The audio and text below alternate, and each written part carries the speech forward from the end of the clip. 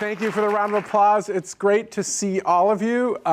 This is my fourth Thought Leaders event, and it just still warms my heart to see Tom, because I still remember was it about 20 years ago when you first started calling me with all those crazy ideas? So where Tom sort of, I don't know where he came from, but one day he started calling me and started saying, we're going to build the greatest entrepreneurship center in the world. And I thought he was just this crazy person from industry who was looking for a place to hide.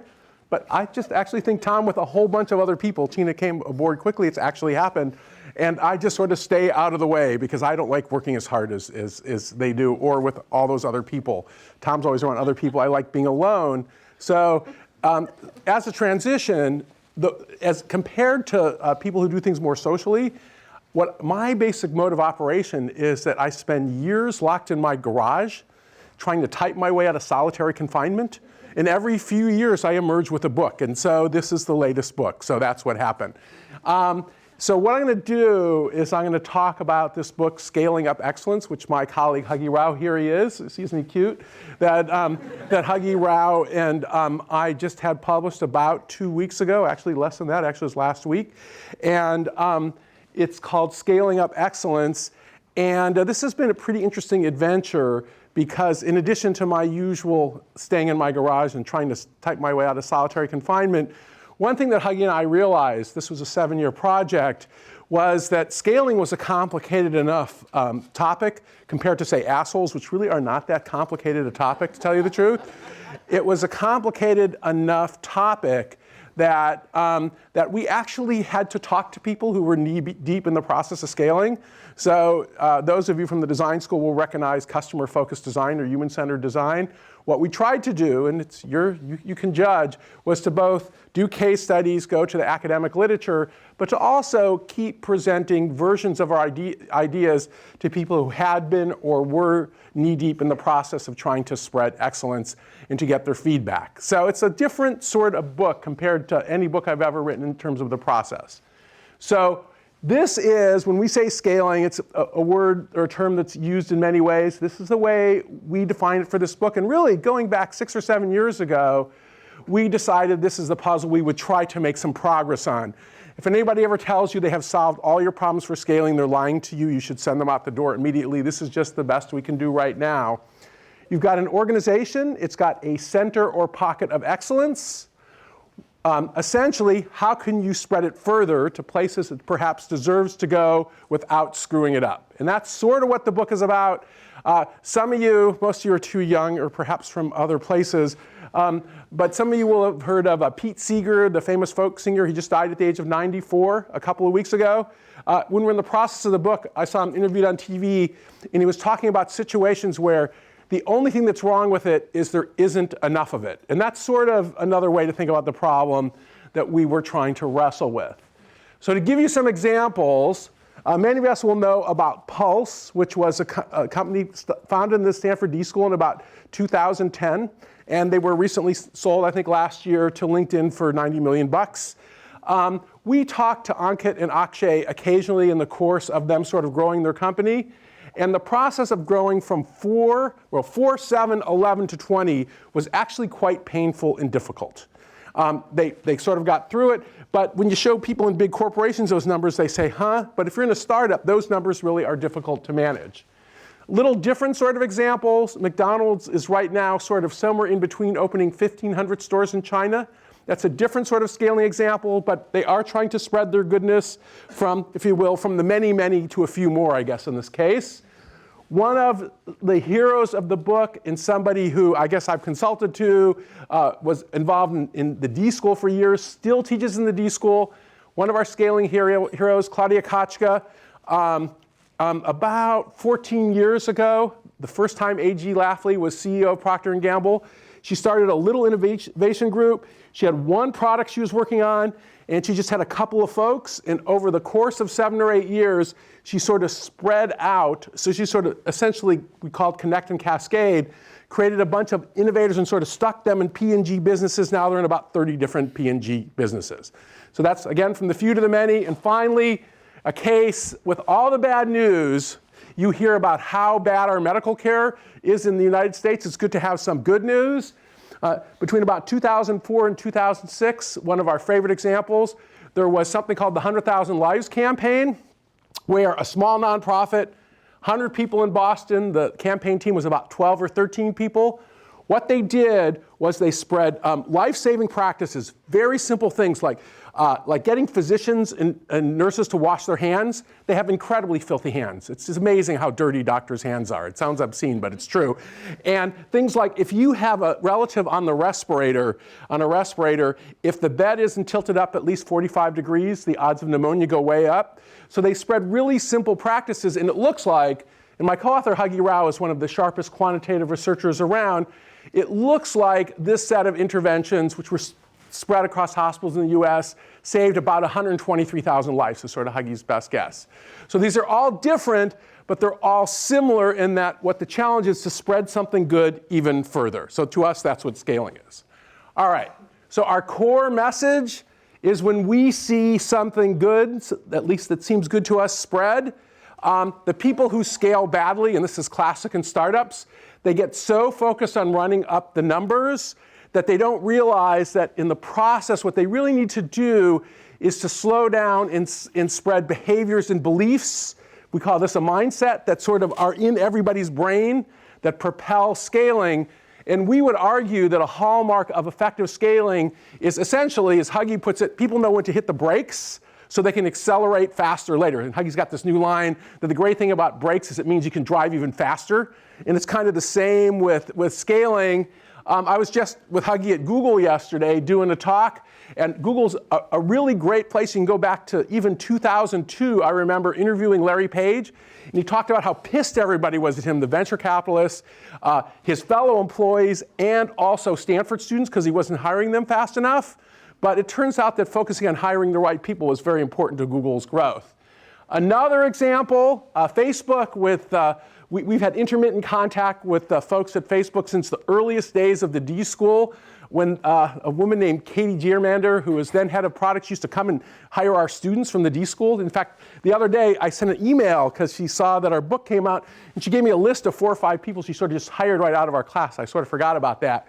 But we've been following them for a long time. And the guy we talked to in particular is a guy named Chris Cox, another famous Stanford dropout. He actually finished his undergraduate degree and dropped out of symbolic systems. Chris Cox has now had a product. And in talking to Chris and other folks like Mike Schrofer, who's the CTO, they described to us, and we also talked to a lot of the other engineers, that at Facebook, when they hire a new engineer, because getting the mindset in people is so important, when you're hired, before they assign you to a job, what they have you do is they have you do 12 or 13 small projects. And we've all heard, probably most of us, about the move fast and break things mindset. The idea here is you actually live it. And when we had Mike Schrofer, Shrep, and Chris Cox as guests in our class, I said to Chris Cox, what's a good first week at Facebook? And he said, you've made a change in the code that you can show to your mother or father, like a new pull-down menu, maybe higher resolution on a picture. And that's sort of this notion that we see over and over again, that when firms scale effectively, they think about the mindset, not just the footprint, as Huggy would put it. And let me sort of warn you here that the kind of mindset that you need to scale an organization is going to vary wildly from organization to organization, depending on what they're trying to do, what the strategic intent is, what's most financially viable for them. And so around the time, this is probably 2009, 2010, I was sort of entranced with the move fast and break things mindset of Facebook. There was a VMware executive, and VMware is just sort of like up the street on Junipero Serra. And I said, do you move fast and break things? And he said, no, especially in our unit that builds software for nuclear submarines, because it was not like the right software. And so this is one thing you got to kind of keep in mind, is that the best organizations have mindsets, the right mindsets, but they have the right ones that are for them. But the constant that we see in effective mindsets, whether it's people making, I guess, software for nuclear submarines or at Facebook, is there's always this relentless restlessness. That's Brad Bird from Pixar, the Academy Award-winning director of Ratatouille and The Incredibles.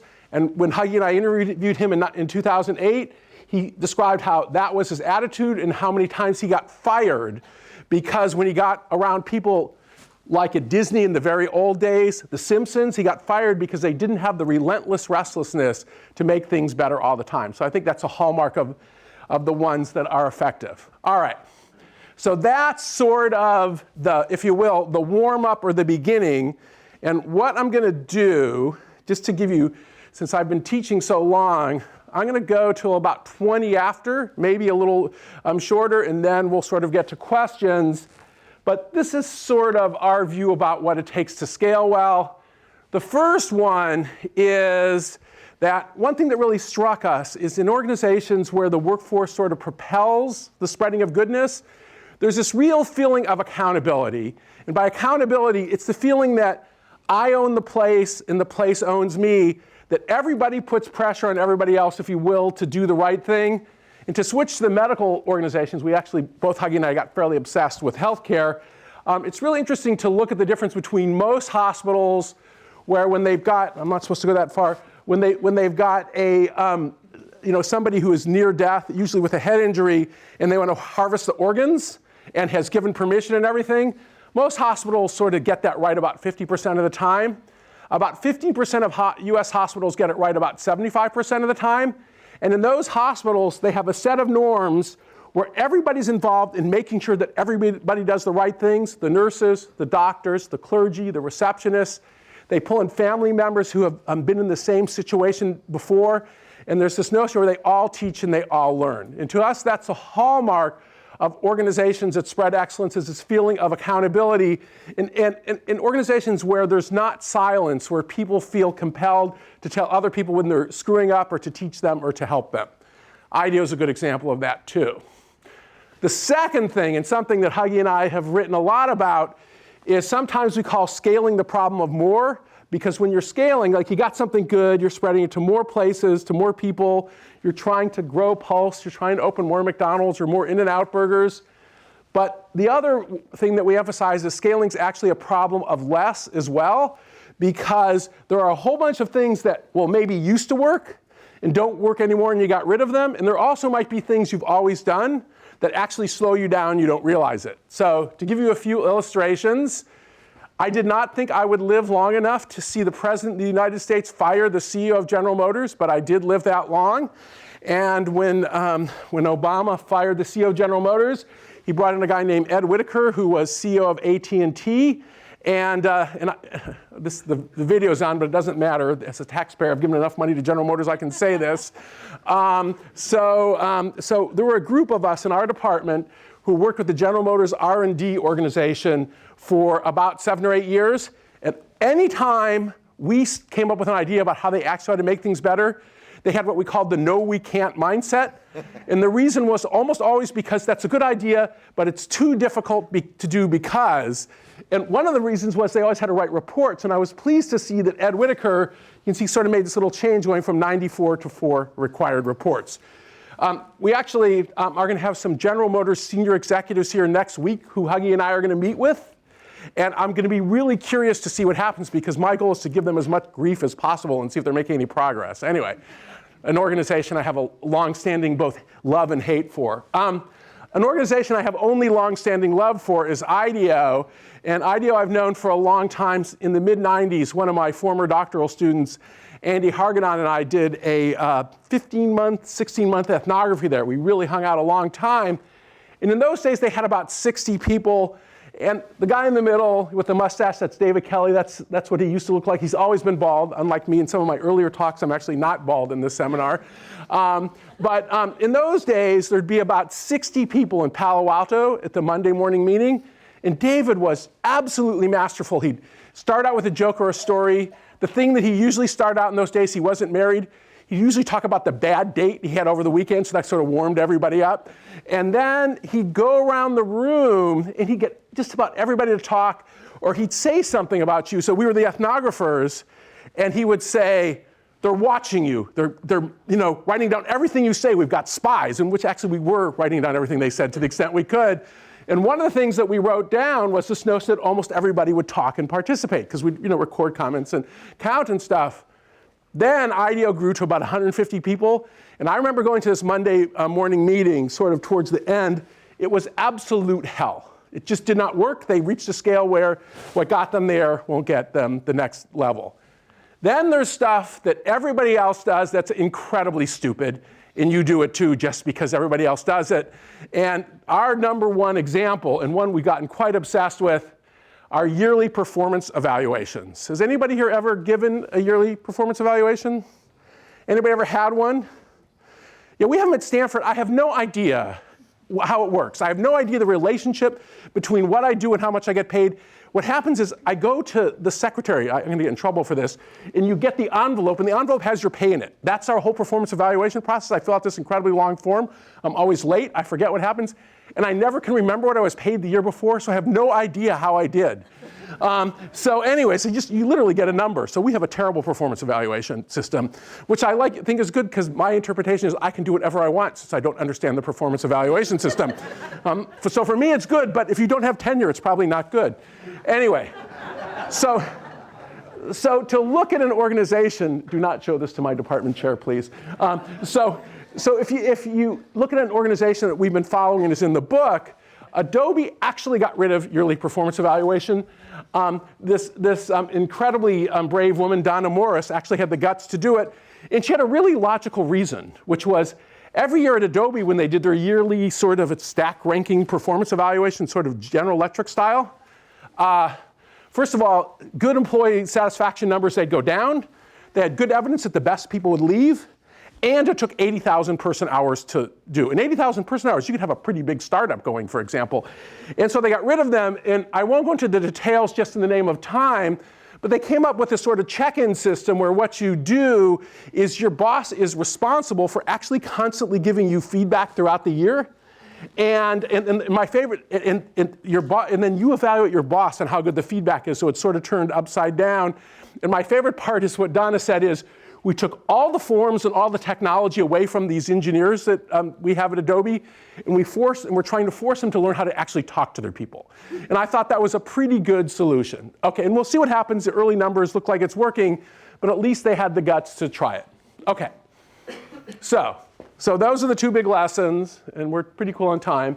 So this was sort of an interesting writing process. So the problem with having too much time to write a book, as Huggy and I do, since it's like the nearer I get to death, the more time I think I have to do stuff. It's completely irrational, but that's one reason I think we took 7 years for this project.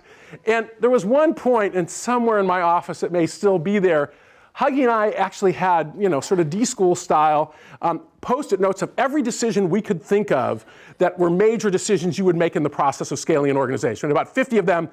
And since we were too compulsive, we tried to write everyone up. And in the end, we would always come back to the same dimension. And this comes from, since some of us, or many of us are from Stanford, how many of you have had Michael Deering in a class? Has anybody had Michael Deering in a class? A few people teaches Launchpad? Okay, so we're sitting around, it's about 2006, early days of the D-School.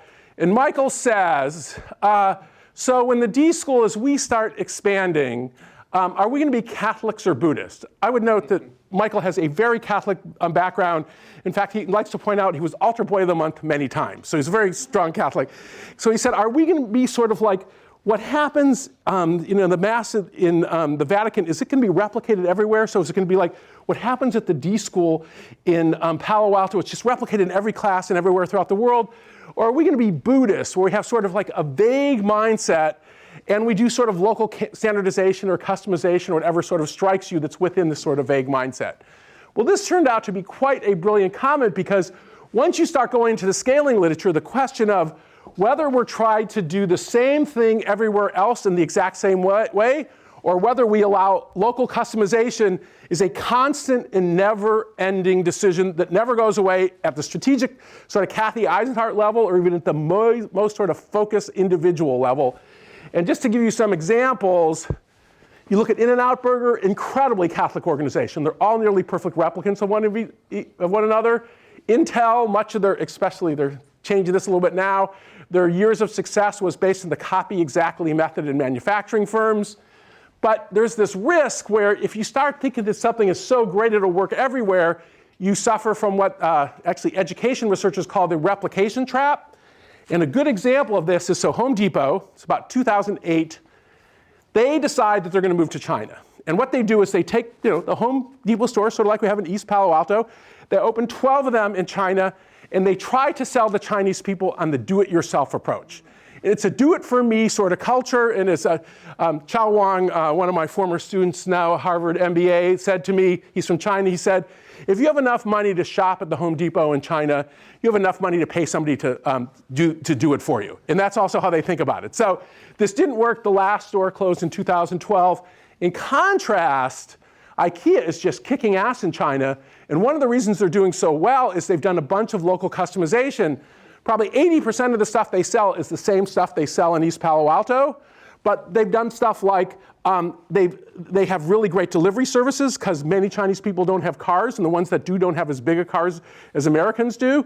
And also, they're not into that assembly thing. So it's assumed when you buy that stuff that somebody's going to come to your house and assemble it.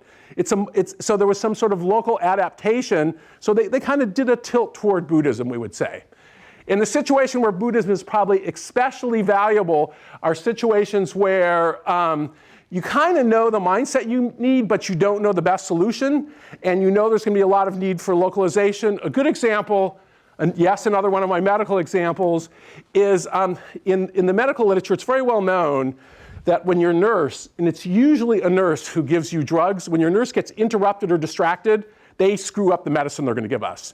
So the whole goal in hospitals, and this is, by the way, if you have a loved one who's giving drugs to, and there's a nurse giving that person drugs, do not talk to them or interrupt them. It's good advice. Anyways, so there was a program put on by University of California at San Francisco where what they did was they took a whole bunch of local groups of nurses and they said, you figure out how to stop the interruptions in your nursing unit.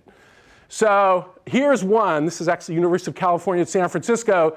You can't see in the picture, but she's actually in an enclosed room with drapes so nobody can see her, and she's sorting the medicine. But here's another one. She's got this do not interrupt thing on. This is actually to the back of her. It's in a neonatal intensive care unit.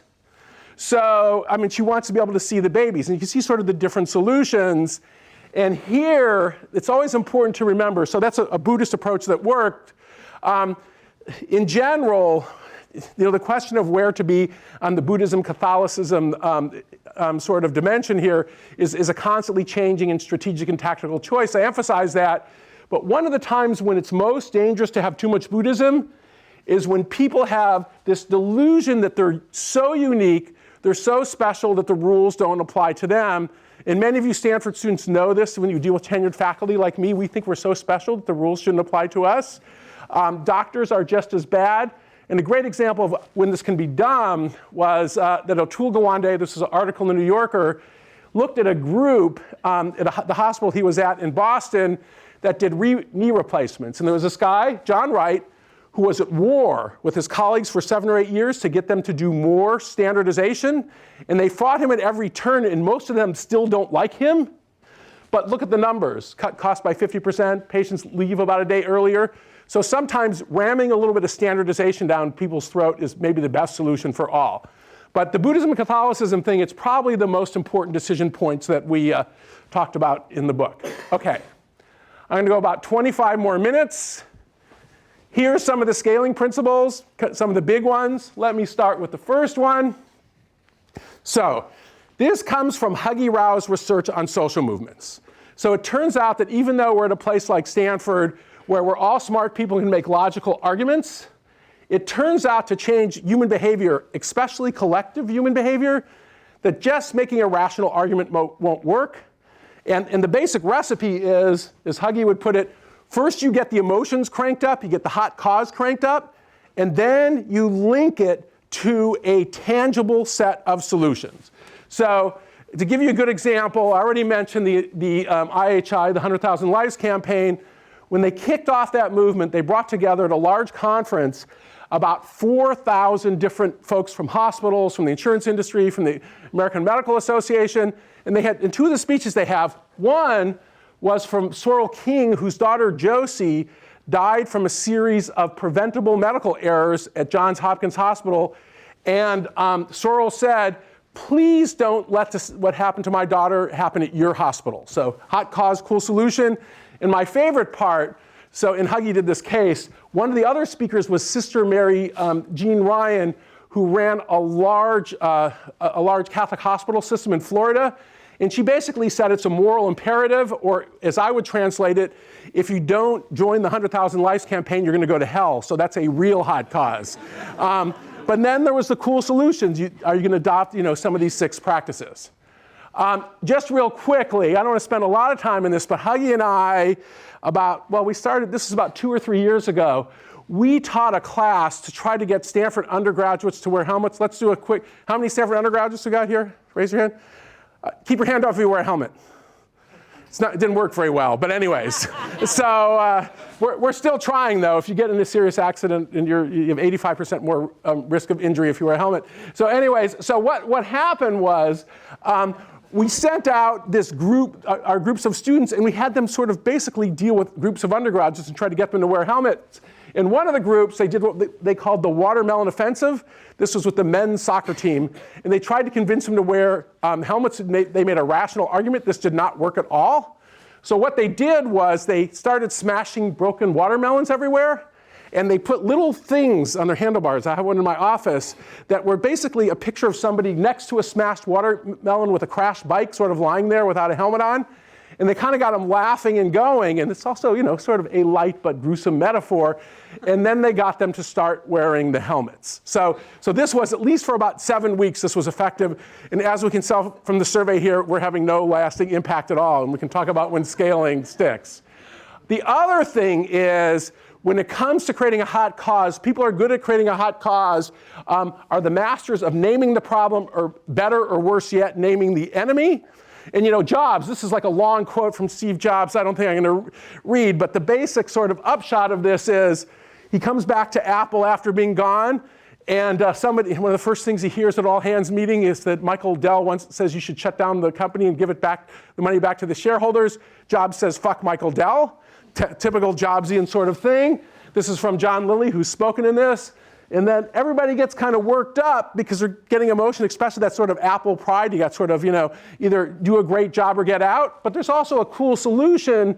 He gives them a 3-year vest for their stock rather than a 1-year vest. And John describes how effective this was. And throughout Jobs' career, who was a very complicated character, and I'm not sure I would want to have worked with him, but one of his hallmarks was just getting pissed at people. I mean, sort of in his dying days, he called up Larry Page and screamed at him and threatened him because Google was allegedly stealing stuff that, by the way, Apple had probably stolen from somebody else. But that was sort of his mode of operation. Okay, so when you do this, though, the key hallmarks are you arouse collective pride and aggression. When you look at work by sociologists and psychologists, they say a lot of what happens in this process of sort of social movement is people get the emotions cranked up, and they stop thinking about their self-interest, and they start thinking more about the collective interests. Okay, so that's the first one. I'm going to grab a quick thing of water here. The second one is live a mindset, don't just talk about it. So there's a large body of psychological research which essentially says that if you want to change people's beliefs and you want to sort of cement a mindset, what they say or what you say to them, well, that's just fine. But what really changes the deep-seated beliefs we have is what our behavior is. So you go to Facebook, which I've already talked about. This is a quote from Chris Cox. We don't talk about our mindset much. They kind of get an introductory lesson or lecture from Chris, who still does it, from most people at Facebook. Maybe they give them a computer and get them going. But the idea is to live the mindset, not to talk about it. And it turns out, and there's good research to support this, that even if people don't like the direction you want them to go and don't believe you, your job is to keep them marching in the direction you want them to go. And there's a lot of evidence that their beliefs will change as a result as long as you keep them going. And by the way, every major religion and every major military uses this technique to brainwash people. But to give you so I actually lost Bonnie Simi, but I'm going to tell this story anyway. So I took out one slide too many. So there's this amazing Stanford graduate, Bonnie Simi.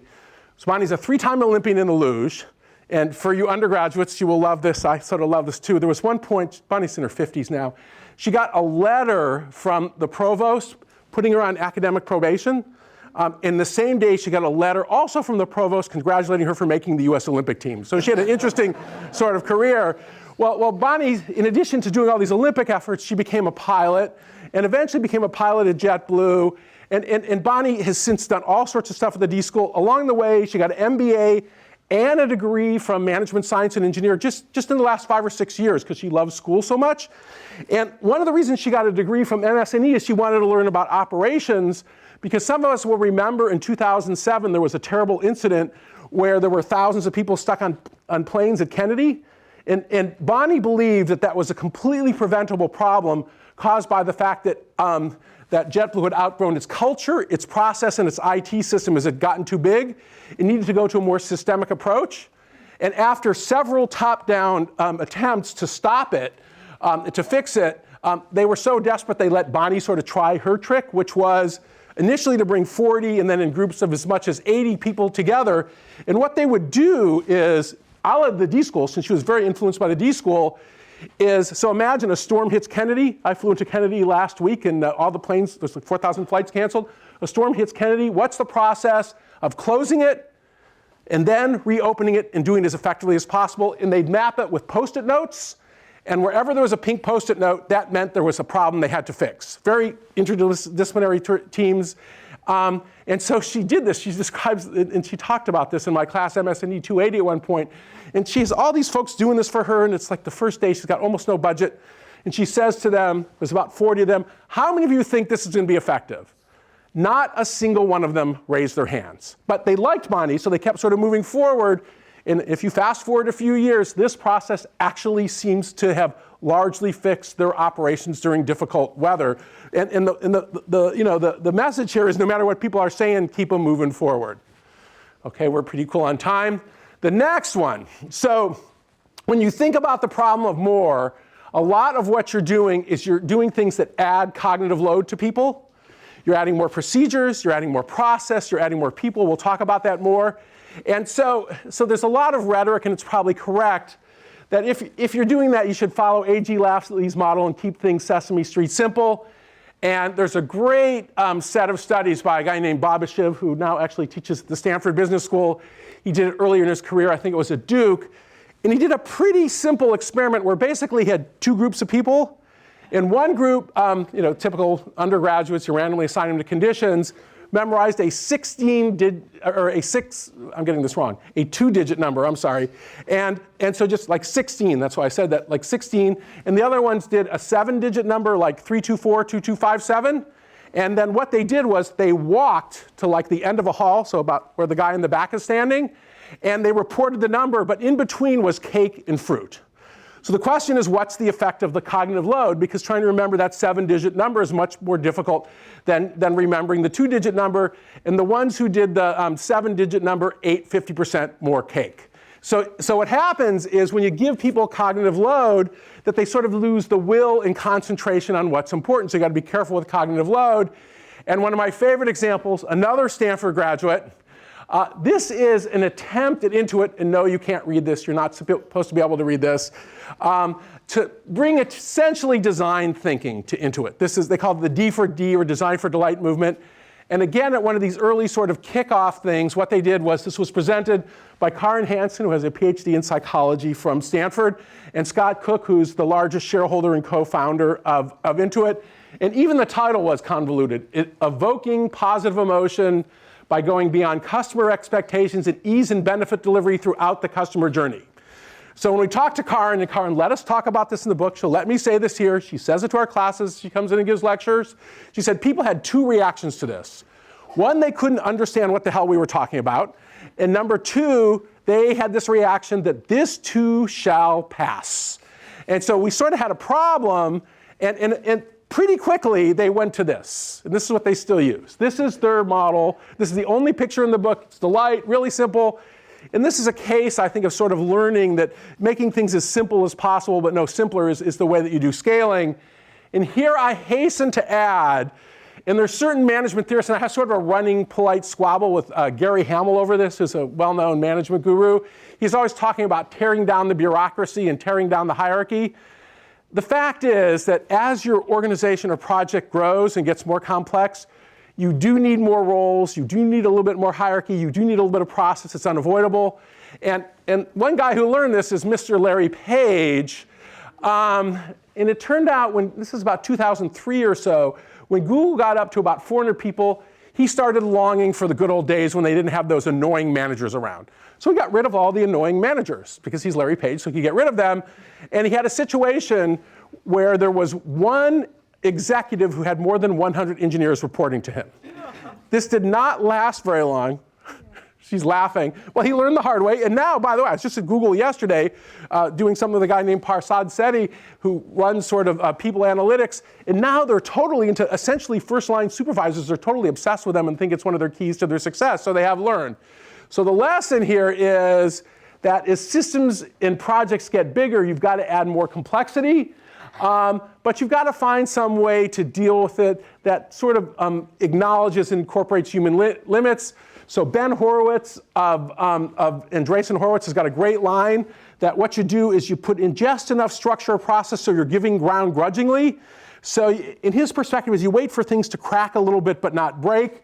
And another expression, and this is one of the heroes in the book, really interesting guy, Chris Fry, who before he was at Twitter, he's now head of engineering, but before he was at Twitter, he and another guy named Steve Green, they grew the development organization from 40 to 600 folks. And he's got this great line that the purpose of hierarchy is to destroy bad bureaucracy. And I think that's about right. Real quickly, we don't have enough time to go through sort of every aspect of what it takes to have sort of a good, if you will, non-friction-filled bureaucracy. But if I was going to pick one lesson, the thing that I think more organizations screw up than anything else, I would pick group size. There's a lot of evidence that as a team gets bigger than 5, 6, 7, 8, gets near 10, as Richard Hacksman quote said, things get really bad. And essentially what happens is you get around 10 or 11, 12, 13, you end up spending more and more time on coordination chores and less time actually doing the work. And the other thing that happens is that you start having all these interpersonal problems, because you think about it, try to keep track of the personalities and moods of 10 or 11 people. It's like going to dinner and trying to have a conversation with 10 or 11 people is like almost impossible. That's why the average restaurant reservation in the US is actually 4 people, so a little evidence to support that. And a good example of a team that had some struggle with this was Larry Ellison's Oracle USA team. Eventually, the $500 million or so that Larry spent got them out of this. But a year ago, a little longer ago than that, there's a guy named Perry Claiborne. Anybody had classes from Perry Claiborne at the D School? No hands, one of my heroes. Anyhow, Perry's a great teacher. I just saw a hand. So Perry somehow or another, and I don't understand how this happened, got to know Jimmy Spithill, who was the guy who actually won the last 2 America's Cup as skippers. And we kind of got a call that they had some group dynamics issues. And so we went there, and it's a long story, but we actually brought in one of our friends from NASCAR and had him do a tire changing exercise. But in the process, they had this broken sailboat laying around. That's why they had time to deal with us academics. And you may remember the story. This was October last year. So what happened was this is a 72-foot sailboat. And I am going to break the rules here. That's 72 feet. This is about 110 feet. It's a $12 million boat. This is about a $3 million mast, basically. So this is in San Francisco Bay. There's an ebb tide. The tide's going out. Now they're on the other side of the Golden Gate Bridge, and here's their boat, okay? And what happened, in part, there's lots of other explanations. These boats are really freaking hard to sail. But part of the problem was they had all been racing in 5-person sailboats, and they moved to 11, and they had all these coordination problems that they had to deal with. And by the way, they got better. They came back. They won the America's Cup. But that switch was really interesting. And by the way, one of the things that all the teams eventually figured out with the 11-person teams is everybody on these boats, they're mic'd and they have headphones for starts. It's so loud, 72 feet, they're going 50 miles an hour in like a 25-knot wind, you just can't hear anything. So what they figured out was they took the microphones away from 5 or 6 of them so they could only hear and not talk to keep down the complexity. So that was one of the solutions, to sort of make them like a small team. Okay, the next one. And I'll move through this one quickly. This one's easy. When you see effectiveness spread, sometimes there's this tendency, and sometimes I get paid to do this, like I come in and give a scaling speech, or I come in and give an innovation speech, or any of the other books that I've talked about in this event. And some executive will be under the delusion that this will actually change things to spread this sort of thin coat of effectiveness. Sometimes organizations do this with a little bit of training, but when you look where effectiveness actually spreads, what happens is you get a deep pocket of excellence, and that's spread from one place to the other. That's how the 100,000 Lives campaign worked. That's how a fast food chain we worked with did it a little bit. An example of something that was real simple and not too complicated to spread.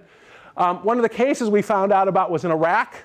There was an interesting thing came out. One group noticed that when the enemy threw RKG-3 hand grenades, sort of old Soviet Union hand grenades, and they threw them against something that was soft, they wouldn't blow up. So what they did was they put a trampoline on the side of the truck, okay? And something called the Army Center for Lessons Learned spread it really quickly, and it spread throughout Iraq. So that's Connect and Cascade. A more complicated one, this is FIFI. She's at the Pearl River plant, one of the cases that we wrote. And what they did was they kind of changed the mindset and approach when they were doing changeovers in a pharmaceutical plant to viewing it as a time to rest as opposed to being a pit stop. And they had these mini transformation, these little areas of effectiveness, and they spread it throughout the organization after that. And then finally, and this is our last point, and we're actually doing pretty good on time, that book From Good to Great. One of our arguments is that good to great is great, but when you look at the spread of effectiveness, what we really see is from bad to great, is what really happens, and here's our argument why. So there's a lot of evidence from all different parts of life that bad is stronger than good. Stealing, corruption, fights, laziness, incompetence. It's stronger than good. It infects teams. It's more contagious. There's a great article that students in my class read called Bad is Stronger Than Good that reinforces this. To tell you maybe the most important thing you will hear today, for those of you who want to maintain long-term personal relationships, there's good evidence that if you are in a long-term relationship and every time you have an argument or fight with your partner, or just an unpleasant interaction, if you don't make it up with at least 5 good ones, you are in trouble. Things are not going to last. And the same thing happens when you go into the workplace. Bad interactions pack 5 times the wealth of good interactions. If you have one deadbeat or jerk in your team, it lowers performance by 30 or 40%. So there's a lot of evidence that in order for good to spread, what your job is to get rid of the bad first. So to give you one example, one of the class guests in our scaling class was a guy named Barry Feld. And Barry Feld took over Cost Plus stores. This was about 7 or 8 years ago. The stock price was 1. They were on the verge of going into bankruptcy. And so he had like 156 stores, and he walked around to most of them, visited most of them. He closed some of them, but he also did something at every store that he went to, which was the first thing he looked for was, do they greet me or the customers? And if they didn't, he saw that as bad behavior because it meant when people aren't greeted, they steal more and they buy less. So what he taught them to do, and he do it on the spot, is greet them and give them a basket so they'll buy more stuff. So that was one little thing. And then the other thing is he looked to see was if the bathrooms were clean, because he had learned from a career in retail that when the bathrooms are dirty, it's connected to a whole bunch of other problems. And eventually they were sold to Bed Bath & Beyond, and it was a good exit story. And getting rid of the bad is not necessarily always getting rid of sort of obnoxiously bad, difficult things. Sometimes it's little things that screw up your group. So this is from Chris Fry, who we're actually doing something at the Commonwealth Club next week, which should be fun. He's now the head of engineering at Twitter. So he takes over engineering at Twitter, and he goes to his first meeting with his senior team, and he looks, and they're doing what probably many of you are doing right now. They're all looking at their cell phones. And he says we're having votes, and they're still looking at their cell phones. They're not even listening. So he took their cell phones away from them and put them in a basket. And think about who works for Twitter. The way he described it is they all started vibrating because it was like taking away their heroin or something. And but he said we actually have shorter, more effective meetings now. And to me, that, you know, we all know about the distraction of cell phones and like, but to me that's a pretty good example of getting rid of something bad so the good can spread. Okay, we can move. There's the scaling principles, a couple of wrap-up comments, and we can have some discussion hopefully. The first thing, and this is really something that we learned, when we hear these words and we're talking to people who are trying to spread excellence, we don't have time to do it the way we really should, or we're going to take the path of least resistance. We start getting nervous because there's a lot of evidence that what ends up happening is, I'm going to get in trouble from this, but you'll end up like Groupon, where you want to do things so quickly that you screw up everything else and you got to go back and redo it. It's this notion, and in fact, if you look at research on how educational interventions spread, there's a lot of evidence that the most effective groups take the path of most resistance. So I wish I could tell you it was easy, but it is not easy, and there's no such thing as quick and easy scaling we can identify. And related to this, we're going to end with my buddy and the local and deserved hero, David Kelly. So I've been involved with two different scaling efforts with David. One as an observer and the other as a participant. I learned it's much easier to be an observer than a participant, by the way. In the mid-90s through even through now, I've been an IDEO fellow. So I sort of watched IDEO scale. And there's lots of times when people would be all upset and they go into David's office and you just sort of tell them to calm down, that basically, like it says, scaling's a manageable mess. It always seems screwed up. You sort of need that to move forward. And I always said, David's so wise. He must be calming them down.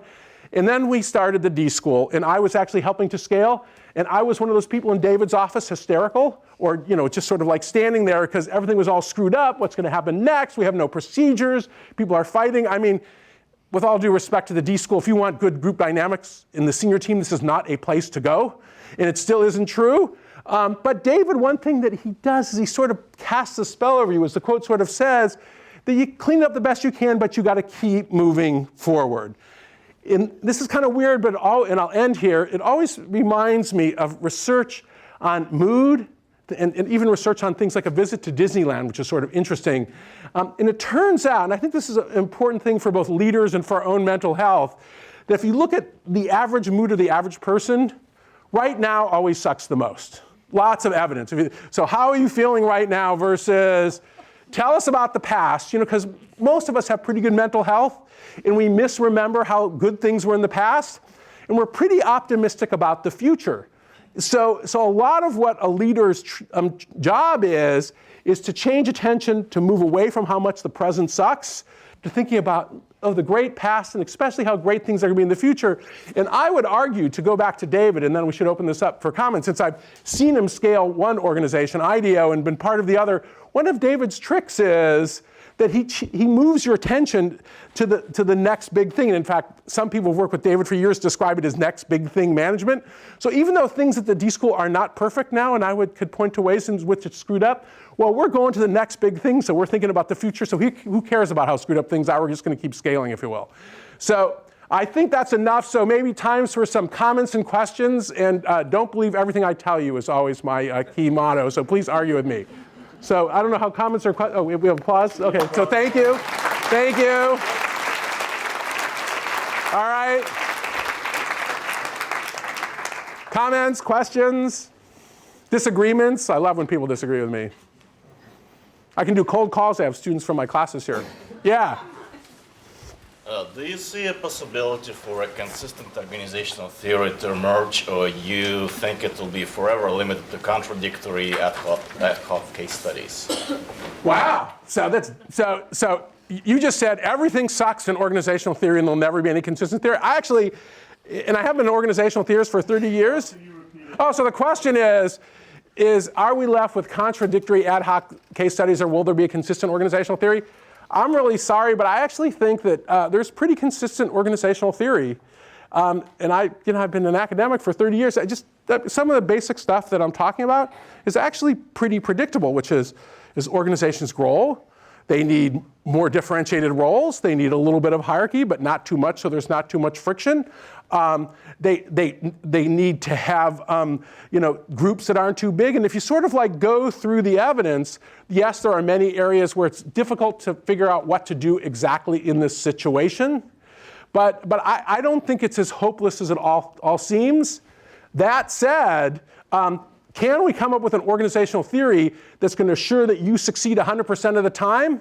My view, and this is very well supported since we're in the Thought Leaders series in entrepreneurship, if you think we're going to come up with a system that increases the odds your startup is going to succeed, I see no hope at all in the future. It's a Darwinian system. It's very difficult to figure out what's going to happen, but this has been going on as long as possible. But I actually think that if you got together organizational theorists, although we bitch at each other at the margin, there's probably 20 or 30 principles that actually hold across organizations, but maybe none of them will help you save your particular organization. So we are stuck with the ad hoc case studies. That was a good question. I liked it because it was obnoxious, so it's good. More obnoxious question. No, I liked it. Yes? Is there a correlation between the size of a company's growth and the amount of discretion? Between what? Between the size of a company as it grows and the ability to give the employees Discretion? discretion. So the question is that, to me, does that mean that are smaller organizations, do they allow more autonomy and discretion for employees?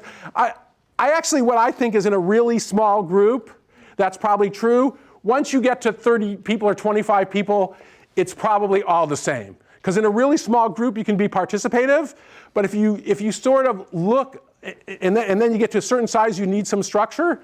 And then what you can do, though, and Google's actually pretty good about this, and if you look at the changes that are happening at Zappos, you can create a system where the groups are sort of self-managing, but you always need a little hierarchy. So I think it sort of goes like that, and then it flattens out. And I think that's what the evidence says. Yeah? So when you put on your management consulting hat, you look at the sequester. The sequester? You want me to answer a question about the sequester? I don't know anything about the sequester. I want you to put your management consultant hat on Washington. And how would you apply any... So I have been asked, just for the viewing audience, I've been asked to fix the Congress, okay? So just to let you know, so anything I say from here on is bullshit, okay? But that said, when you look at situations where the worst situation is when you have a bunch of medium power constituencies and none of them can dominate, there's either no dominating force or there's no cooperation. Medium power constituencies who dislike each other always suck. And I got to be careful, since you were at Apple during those days, that was one of the problems that Apple has. I'm going to switch to Apple because I don't know very much about the government. Well, that was one of the problems that Apple had, and when Jobs took over, this is an incredible list I have somewhere of every product. They had like a bazillion there was like 16 different performers, whatever the hell a performer was. And either you've got to have people who are cooperative enough that they are smart enough to do the right thing, or this is a good word for authority, that you have, when there's dysfunctional conflict, you have somebody come with an iron hand and shoot everybody, or put them in line. And this is exactly what Mr. Jobs did at Apple. He fired many of my friends. So the answer is either peace, love, and understanding, or a 44 Magnum at the top. And that, dear sir, that's organizational theory, that either you have true love, peace, understanding, and collaboration, and everybody is on the same page and has the right mindset, or somebody comes in and has the power. And we are uncomfortable talking about power in US society. And Tom Byers knows me as well as anybody in this room. I hate receiving or giving authority. I just hate it. But the fact is, as an outsider, sometimes it actually works. Yes? When you're looking at characteristics of organizations and their leaders in terms of being Buddhist versus Catholic, yes. What do you think about the sort of leaders themselves being born or made? Do you think there are other philosophies that may not lead to a good organizational leader? Boy, that's an open-ended question. So how do I summarize that for the viewing audience? Leaders born or made? Are leaders born or made? The answer is yes. And so here's why. That's the answer to. So in the old days, when I was a real academic, I actually got involved in a bunch of these person-situation debates. And essentially what you have is the behavior you see is such an interaction between person and situation that untangling them is actually pretty difficult. So yes, there's some genetic loading, but the fact is, and there are probably some people who are not genetically prepared to be leaders, including some. I have a son with Asperger's syndrome. I'm not sure he should be like leading a large company. Maybe he could be a member of it. But most people probably have enough of the genetic loading to actually be in a leadership position. And what depends is giving them the opportunity to actually do it. And there are some people who don't have the loading. And I would go back to the good old days of Hewlett-Packard, which used to be a great organization. God knows what it is now. Meg Whitman has a job that's even harder than being governor of California. She found it. But in the good old days, what they would do, and I have lots of friends, Deborah Dunn, who's teaching a class here at the D School, what they do is if you were sort of a competent solo player, they'd give you one person to lead and see if you screwed it up. And then they'd give you a team. Then they'd give you a little bit more. And when you do that, it turns out that leadership is a learned skill that most, but not all people can learn. And there might be some magical, amazing leaders, but Danny Kahneman, the Nobel Prize winner in economics, and I don't know what happened to this data set, but at one point I heard a rumor, he had a data set, that if you randomly switch the CEOs of all the Fortune 500 firms, there would be no change in the performance across the Fortune 500. I know this is true, and I believe in leadership more than that, but you know, leadership's a complicated thing. And that's a question that people, I think, don't really know the answer to, but I do think that leadership is a learned skill. I would emphasize that. One more question, Professor Beyer says. Final question. Yes, sir. Can it be a three-part question? Three-part, it has to be short. All right, so I'll just go with the one that is most serious. So the thing is that I feel like a lot of us are going to be working in the real world. Yeah. Most likely we're going to be at the bottom of the totem pole. We're going to be like a low individual. Say you're like in a toxic environment. You're in an organization that's just like completely resisting to change. What do you do? How do you incite change? And yeah, like. Well, so this is the question. You're in an organization that sucks. What do you do? And you're working there as a low-level employee. Yeah. So to me, real quickly, either you try to create goodness where you're at, and this is the scaling thing, and it really is quite interesting that there are some cases where people create a little local goodness, and then it spreads and it spreads and it spreads. Now, so this guy mentioned case studies is exactly right. I could tell you 15 case studies of people who did this, but if we looked at the odds, this approach just sucks. On average, you're going to fail. So if you're in an organization that really sucks and you're a low-level person, to me, you've got three choices. One, you get out as fast as you can, because you're going to start becoming like those jerks and incompetent people you work with. It's very contagious. The second thing you can do is to form a posse of people. Don't just fight the man or women yourself, because a lot of evidence that when you try to be an individual deviant, they just label you. So form a group of people, and that's sort of political action. And then the third thing, and this is, I think, a temporary solution, and I hate to say it, and I'm sure I've done this in my life. You know when you have one of those really bad classes? And you just say to yourself, and this is a good thing about the quarter system, by the way, this class just sucks. And because, you know, I have 3 kids, and I'm used to them having classes that suck, and we just say to them, suck it up, to use that term, and just get through it and learn the fine art of emotional detachment. Sometimes, you know, like life is like a bad airplane ride, and we've all had the bad airplane ride, you know, like you get bumped, and I had this about 3 weeks ago. I'm in the last row, middle seat by the bathrooms in a giant plane, and I'm a big guy, but the 2 guys on either side of me are at least 50 pounds each heavier than me. So I shut my eyes, ordered a double bourbon, and imagined I was somewhere else, and tried not to give a shit. And sometimes your job is like that. And it's not a good permanent solution, because I would still be drunken on that airplane, right? But sometimes just sort of like, you know, the fine art of knowing when not to give a shit is a really good technique. But get out as fast as you can is my quick advice. And I think we better end on that weird question. Tom wants it to end. Thank you.